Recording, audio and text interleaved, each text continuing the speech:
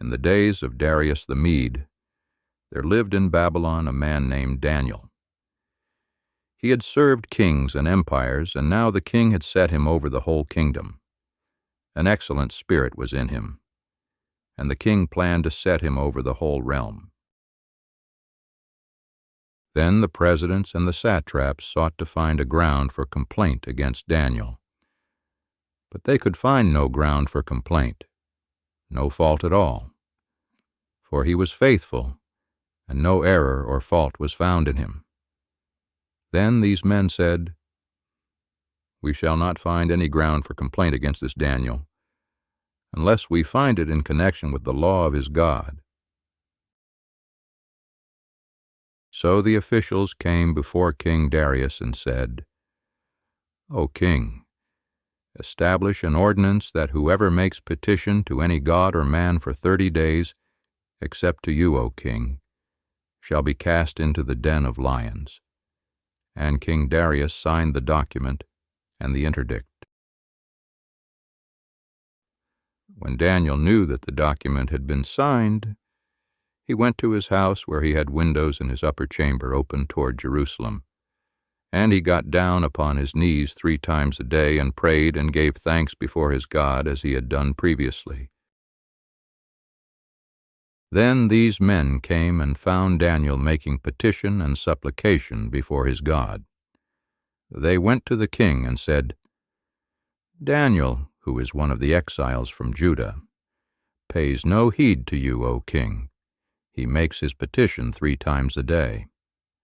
Then the king was much distressed and set his mind to deliver Daniel. But the men said, "Know, O king, that it is a law of the Medes and Persians that no interdict which the king establishes can be changed." Then the king commanded, and Daniel was brought and cast into the den of lions. The king said to Daniel, "May your God, whom you serve continually, deliver you."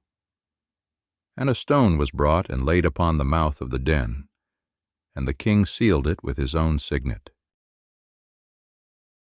Then the king went to his palace and spent the night fasting. No diversions were brought to him, and sleep fled from him. The king lay awake through the long night, wondering if the God of Daniel was truly the living God. Then at break of day the king arose and went in haste to the den of lions. When he came near to the den, he cried out in a tone of anguish, "O Daniel, servant of the living God, has your God been able to deliver you from the lions?" Then Daniel said, "O king, live forever.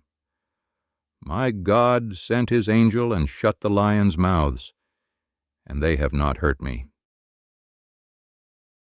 So Daniel was taken up out of the den, and no kind of hurt was found upon him, because he had trusted in his God.